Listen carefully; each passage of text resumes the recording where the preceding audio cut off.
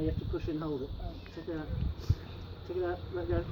Push and hold it.